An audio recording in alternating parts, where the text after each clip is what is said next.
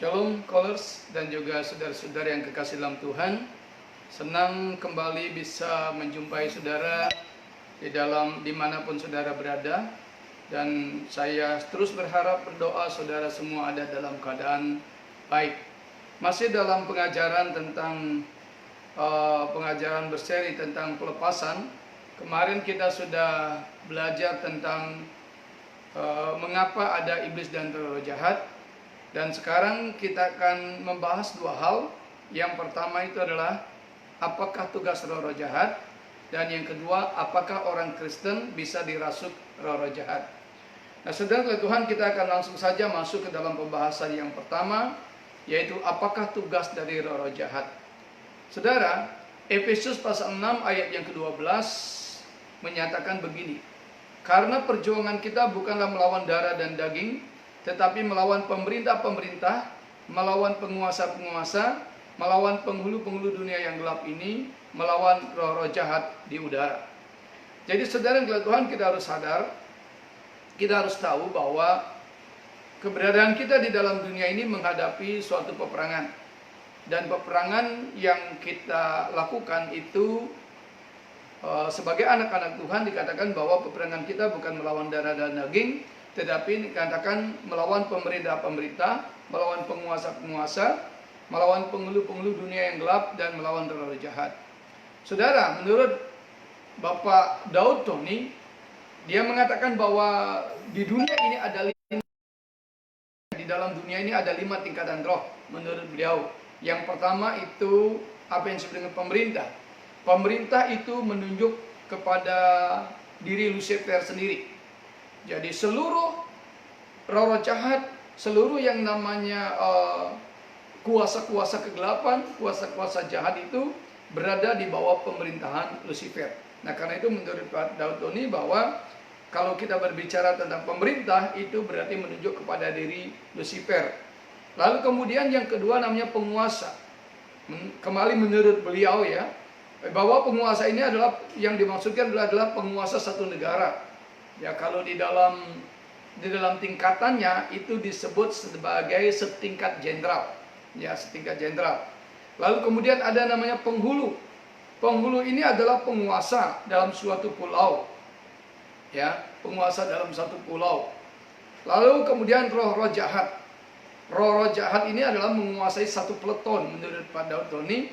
Dan sesudah itu dikatakan memang di Alkitab tidak disebutkan, tetapi menurut Pak Daud Tony tingkat roh yang kelima yang paling rendah itu adalah jin-jin, ya, yaitu yang menguasai satu regu katanya, ya, menguasai satu regu.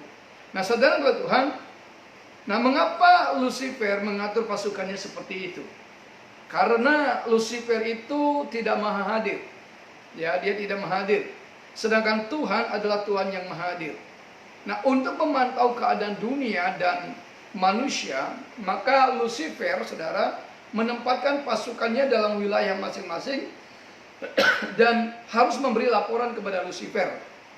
Dan saudara, itu sebabnya maka baik itu yang menguasai negara, yang menguasai satu pulau, maupun yang menguasai peleton atau regu, maka itu disebut sebagai, kadang-kadang dinyatakan sebagai roh-roh teritorial, yaitu roh yang menguasai satu daerah, ya, juga bisa disebut sebagai orang kuat di daerah tersebut.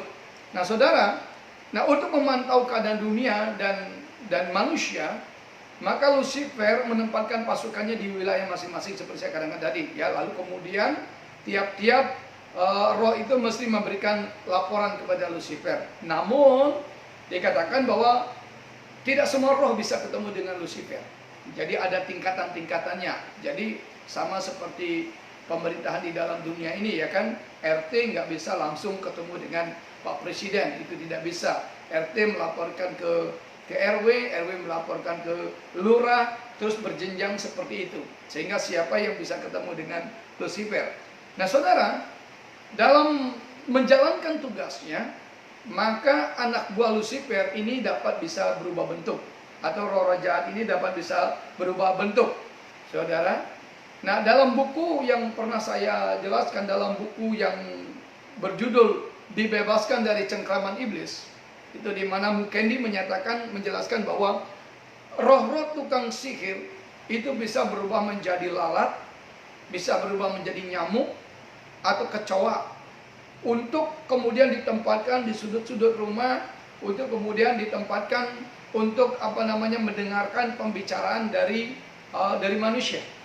Tetapi ingat saudara, saya bukan berarti mengatakan bahwa seluruh nyamuk, seluruh lalat, seluruh kecoa itu adalah jelmaan dari tukang sihir, enggak juga. Ya, tetapi dalam buku yang dijelaskan oleh Mukendi itu saudara, maka tukang-tukang sihir otomatis ini adalah anak buah dari Lucifer itu. Dalam menjalankan misinya, maka dia bisa berubah menjadi kecoa, atau menjadi nyamuk, atau menjadi lalat. Ya. Nah, saudara, kalau yang mereka bicarakan, artinya kalau manusia ini membicarakan atau menyatakan ucapan-ucapan itu berupa sumpah, sumpah serapah dan juga kutuk, maka tukang-tukang sihir tersebut akan mengiyakan. Lalu kemudian kalau posisi di mana orang yang dia sumpahi itu dalam keadaan salah atau berdosa, maka ucapan yang disampaikan atau kutuk-kutuk yang disampaikan itu bisa mengenai orang yang memang dalam posisi salah. Sehingga orang yang tidak berada dalam perlindungan Tuhan itu pasti akan kena dari apa yang diucapkan oleh orang tersebut. Karena apa? Karena diiyakan. Ya, bisa diwujudkan oleh roh-roh jahat tersebut. Nah, saudara, kalau begitu sekarang kita akan mengerti lebih jelas apa tugas dari roh jahat. Saudara, namanya juga roh jahat, maka tugasnya pasti bukan membujuk manusia supaya manusia taat kepada Tuhan. Tidak, pasti. Namanya juga roh jahat, pasti apa yang dilakukan itu adalah sesuatu yang jahat. Nah, kita akan bahas bersama-sama. Tugas pertama dari roh jahat adalah membujuk manusia untuk berbuat dosa. Ya, roh jahat tahu bahwa dosalah yang menyebabkan manusia itu jauh dari Tuhan. Karena itu roh jahat berusaha membujuk manusia agar manusia berbuat dosa. Kita harus ingat bahwa Tuhan itu tidak bisa bersekutu dengan dosa. Nah, sebab itu maka roh jahat ini berusaha membuat bagaimana manusia itu berbuat dosa. Jadi karena itu saudara, jangan mau dibujuk, melainkan kita harus melawan iblis dan roh jahat sebagaimana dinyatakan di dalam Yakobus 4 ayat yang ke-7. Ya, dikatakan karena itu tunduklah kepada Allah dan lawanlah iblis. Kemarin juga saya sudah bahas hal ini, maka ia akan lari daripadamu. Nah, sebagai anak-anak Tuhan, sekali lagi saya katakan bahwa tidak ada posisi netral di dalam diri kita. Kita tidak boleh mengatakan kita non-blok, kita tidak berada dalam posisi netral, kita harus memilih. Kita mau berada di pihak Tuhan atau kita mau berada di pihak roh jahat. Tetapi setiap kita sebagai anak-anak Tuhan, maka firman Tuhan mengatakan supaya kita melawan iblis, supaya kita berjuang untuk melawan itu. Dan dikatakan kalau kita melawan, maka ia akan lari daripadamu. Tetapi bagaimana kita melawan iblis? Kita tidak bisa mengandalkan kemampuan kita sendiri. Kita tidak bisa mengandalkan kekuatan kita sendiri. Maka yang pertama-tama harus ada di dalam hidup kita adalah tunduk kepada Tuhan. Ya, ketundukan di sini berbicara tentang ketaatan. Kalau kita tunduk kepada Tuhan, maka kita mesti taat untuk melakukan apa yang Tuhan perintahkan. Nah, kalau kita berada dalam ketaatan, kita berada dalam posisi menyenangkan hati Tuhan, maka pada waktu kita melawan iblis, saya jamin bahwa kita akan menang. Kenapa? Karena firman Tuhan sudah menyatakan roh yang ada di dalam kamu itu lebih besar kuasanya daripada roh-roh jahat. Karena maka kita percaya bahwa kalau kita mau melawan, maka kita akan menang. Asal kita dalam posisi tunduk kepada Tuhan, takut kepada Tuhan, lalu kemudian kita melakukan apa yang Tuhan perintahkan kepada kita. Dalam ketaatan kita kepada firman-Nya dan dalam perkenanan Tuhan, maka kita bisa melawan iblis dan roh-roh jahatnya. Jadi tugas yang pertama itu adalah membujuk supaya kita berdosa. Karena itu maka saya katakan jangan mau dibujuk oleh roh jahat. Karena memang itu tugas dari roh jahat. Nah, yang kedua saudara, tugas dari roh jahatnya adalah mengikat manusia. mengikat atau menguasai manusia. Saudara, roh jahat akan terus berusaha mengikat manusia sehingga dapat dipakai sebagai alat kejahatannya. Banyak cara yang dipakai oleh roh jahat agar dapat mengikat manusia dan memakainya untuk hal-hal yang dia mau, sehingga manusia itu berada di bawah kontrol roh jahat. Seperti misalnya seseorang itu diikat dengan narkoba. Saudara jangan berpikir bahwa narkoba itu adalah sesuatu yang biasa saja. Ada roh yang bekerja di dalamnya yang mengikat. Memang ada sesuatu yang menyebabkan orang kecanduan, tetapi kita sebagai anak Tuhan, kita tidak bisa melihat itu secara fisik saja, tetapi kita bisa melihat bahwa ada roh yang bekerja di situ. Lalu kemudian ada yang namanya minuman keras, ya, miras. Itu kalau orang sudah terikat sama yang namanya di dalam dunia pelepasan, di dalam roh alkoholik, maka orang susah untuk lepas. Kecuali sekali lagi dia punya komitmen, lalu kemudian dibantu oleh hamba Tuhan, lalu didoakan, dilayani pelepasan, dan lalu kemudian orang tersebut memegang komitmen, maka pasti lepas karena Tuhan yang melepaskannya. Lalu kemudian orang juga terikat dengan jimat serta roh-roh perdukunan.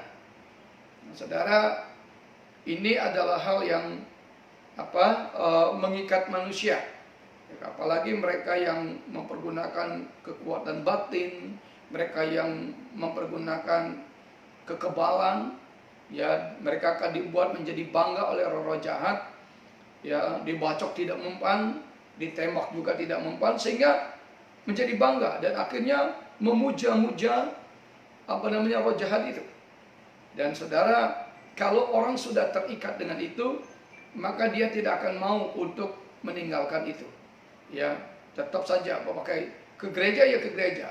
Dan pengalaman ini saya alami bahwa ada orang yang pergi ke gereja dan itu tidak jauh, itu dulu ke gereja saya tapi sekarang sudah tidak. Itu di gereja saya. Dan kemudian di gereja di mana saya melayani, bukan gereja saya, gereja Tuhan yang Tuhan percayakan saya melayani. Lalu kemudian ketika saya lihat dompetnya, di dompetnya itu ada jimat. Itu sebabnya setiap kali saya menyampaikan firman, dia keluar. Karena mungkin dia tidak tahan, jimatnya itu tidak tahan untuk menerima firman Tuhan. Itu sebabnya saudara, ada orang yang senang banget berdukun. Kalau nggak berdukun, kayaknya nggak afdol. Ya, sedikit-sedikit ke dukun. Mau jual apa, mesti ke dukun dulu. Kalau mau kaya, mesti ke dukun dulu. Saudara, harusnya dia berpikir, kalau memang dukun itu bisa membuat kaya, saudara, kenapa dukun itu tidak kaya sendiri? Kenapa dia tidak memperkaya diri sendiri? Kenapa dia menolong orang lain? Nah, secara logika saja seperti itu, tetapi firman Tuhan menyatakan bahwa mereka telah dibudakkan oleh ilah-ilah zaman ini, sehingga mereka tidak mampu melihat kebenaran yang sesungguhnya.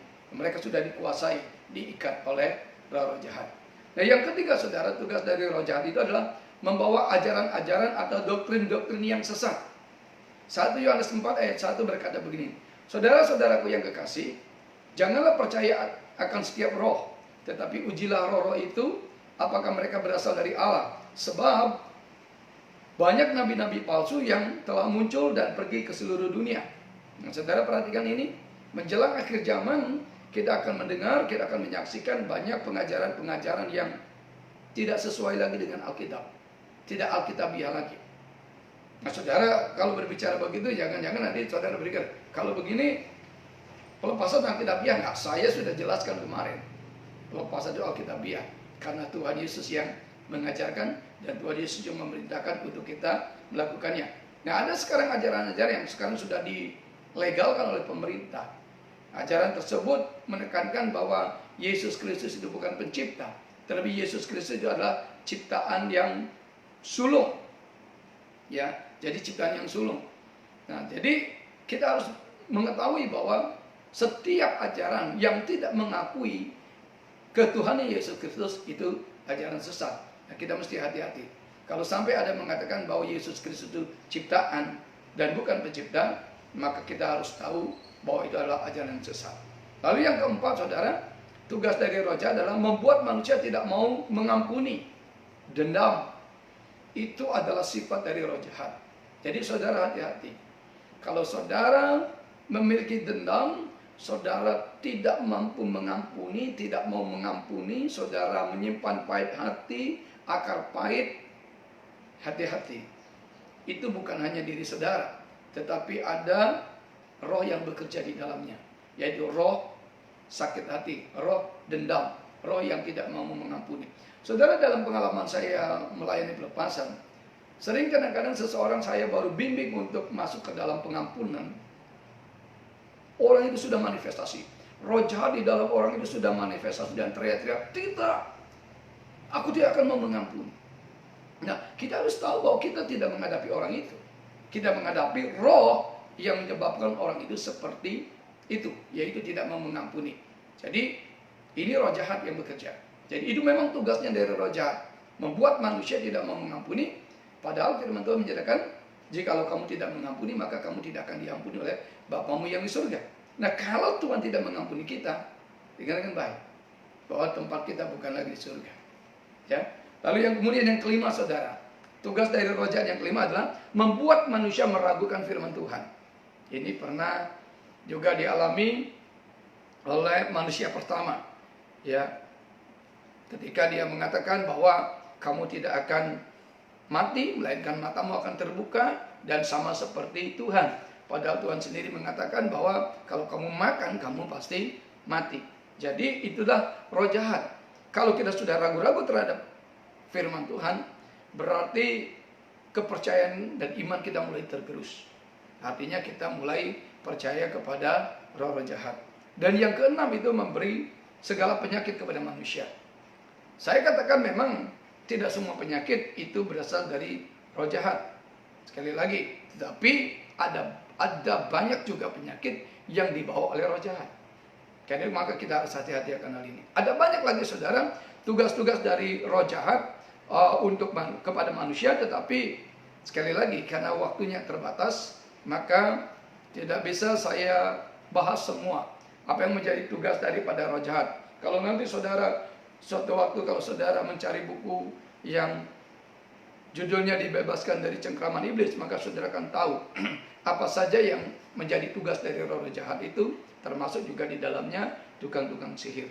Ya, jadi itu ada 6 tugas minimal, 6 tugas dari roh jahat yang sudah saya jelaskan tadi. Nah, selanjutnya kita akan masuk dalam pembahasan yang kedua. Apakah orang Kristen bisa dirasuk oleh roh jahat? Ya, apakah orang Kristen bisa dirasuk oleh roh jahat? Saudara, sebelum lebih jauh membahas akan hal ini, maka kita harus paham dulu tentang siapa diri kita dan bagaimana posisi kita yang sesungguhnya. Mari kita lihat di dalam 1 Tesalonika pasal 5 ayat yang ke-23.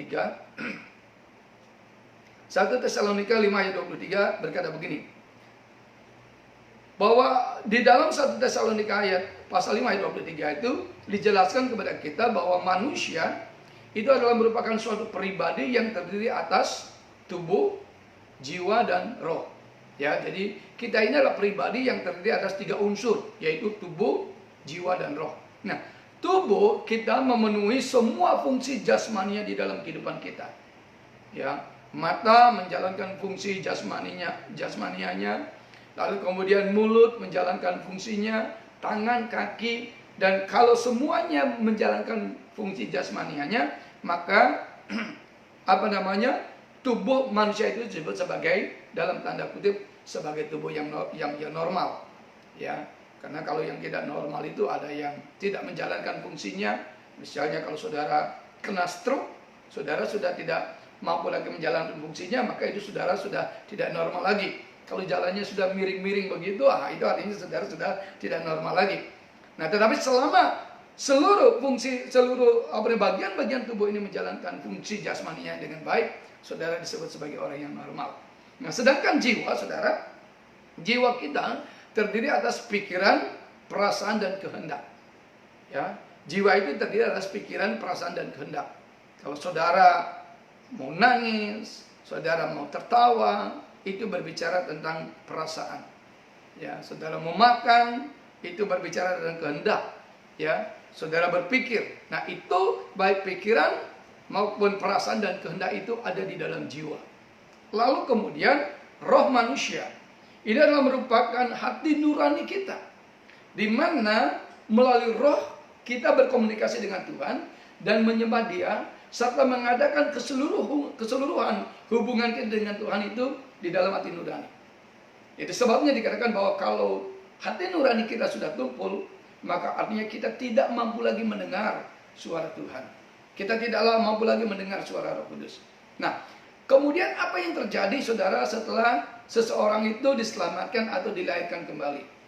Saudara, dilahirkan kembali adalah suatu pengalaman rohani yang dikerjakan oleh Roh Kudus, di mana pada saat seseorang ini percaya dalam hatinya dan menerima Tuhan Yesus Kristus sebagai Tuhan dan Juru Selamatnya secara pribadi, maka dikatakan Roh Kudus itu memeteraikan roh orang tersebut, menyucikan dari semua pengaruh roh jahat yang mungkin berada di sana.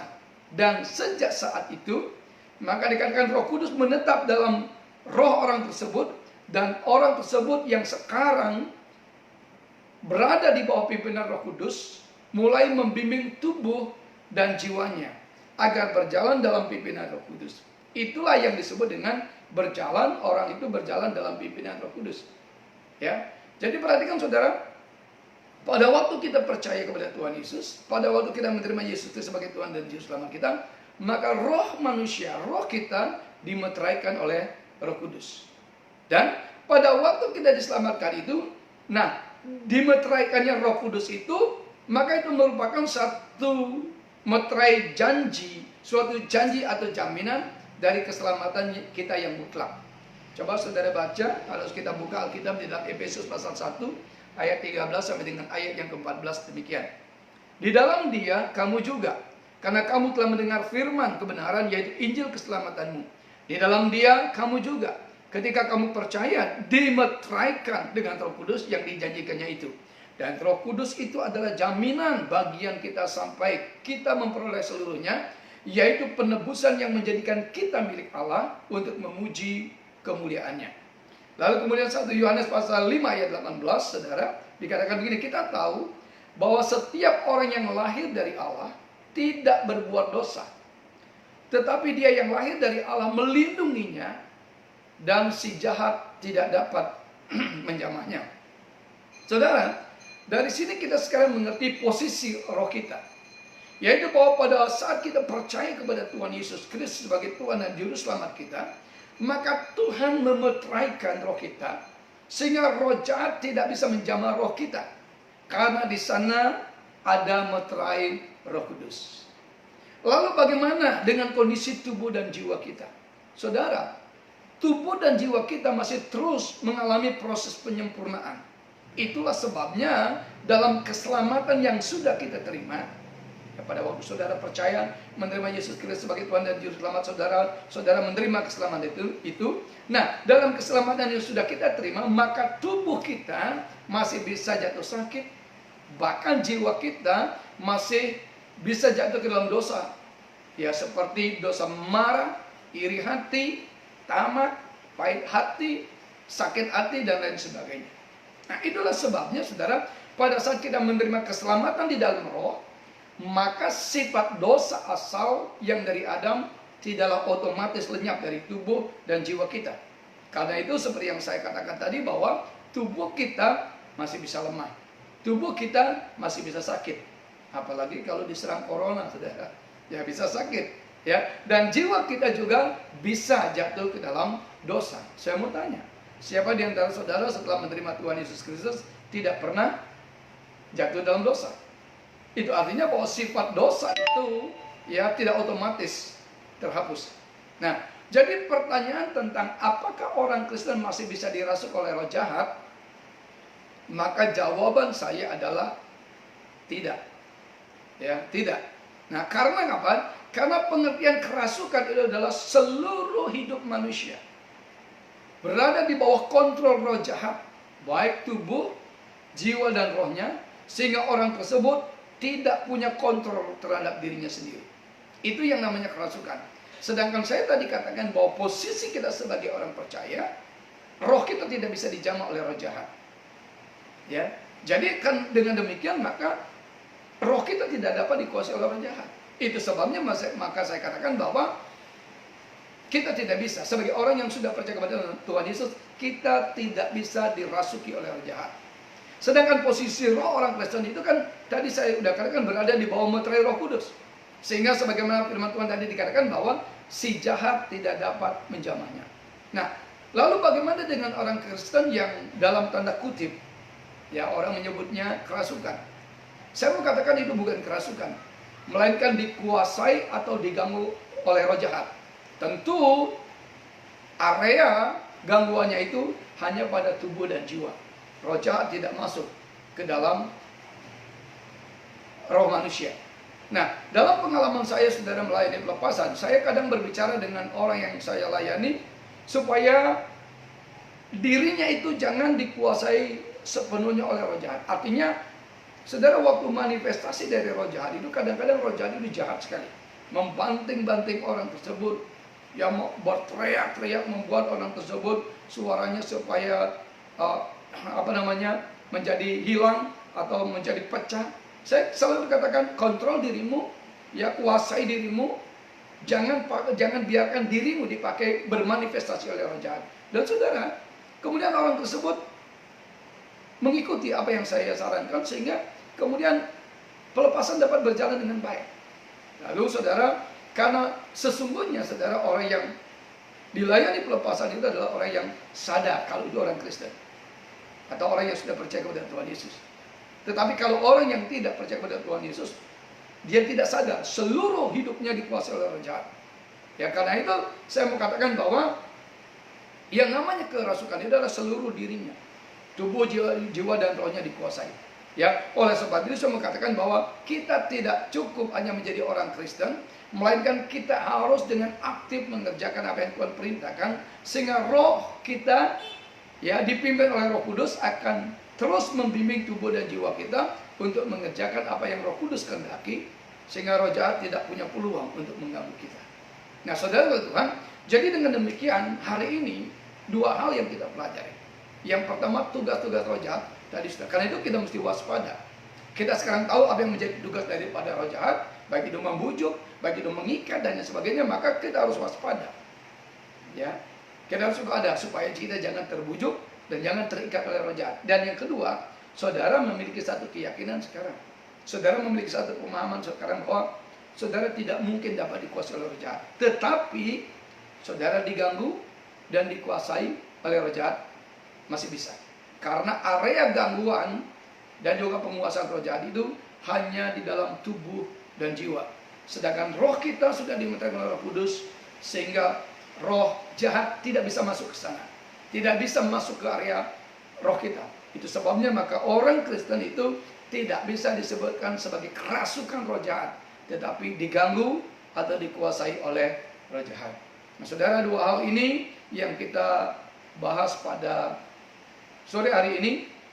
Yaitu saya berharap bahwa saudara boleh lebih mengerti, lebih memahami lagi tentang apa yang menjadi tugas roh jahat, dan kemudian memahami posisi saudara sebagai orang percaya, bahwa saudara adalah orang-orang yang tidak dapat dirasuk oleh roh jahat. Hanya saudara bisa diganggu.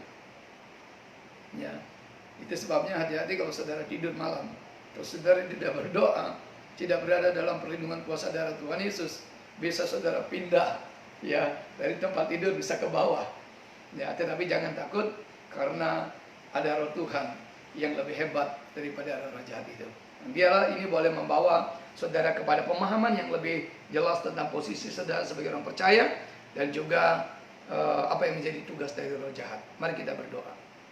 Bersyukur kepadamu Tuhan untuk sore ini, atas apa yang sudah kami belajar bersama-sama tentang apa yang menjadi tugas daripada roh jahat, dan juga bagaimana posisi kami sebagai orang percaya. Kami yakin bahwa kuasa Tuhan, perlindungan Tuhan itu ajaib ada di hidup kami, sehingga tidak ada satu kuasa pun dari roh jahat yang dapat menguasai dan mengganggu kehidupan kami. Berkati setiap anak-anakmu yang mendengar pengajaran pada sore hari ini, biarlah melaluinya iman mereka dikuatkan, bahwa mereka adalah anak-anak Tuhan yang tidak dapat dirasuki oleh roh jahat. Kami bersyukur sore ini di dalam nama Tuhan Yesus Kristus. Haleluya. Amin.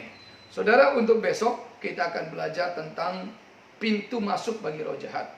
Ya, artinya begini. Untuk besok itu, kenapa roh jahat itu bisa menguasai atau mengganggu kita? Nah, pintu masuknya itu dari mana? Sehingga kalau saudara tahu ini besok, maka saudara segera tutup pintu. Supaya roh jahat jangan masuk dan mengganggu saudara. Amin. Tuhan Yesus memberkati. Shalom.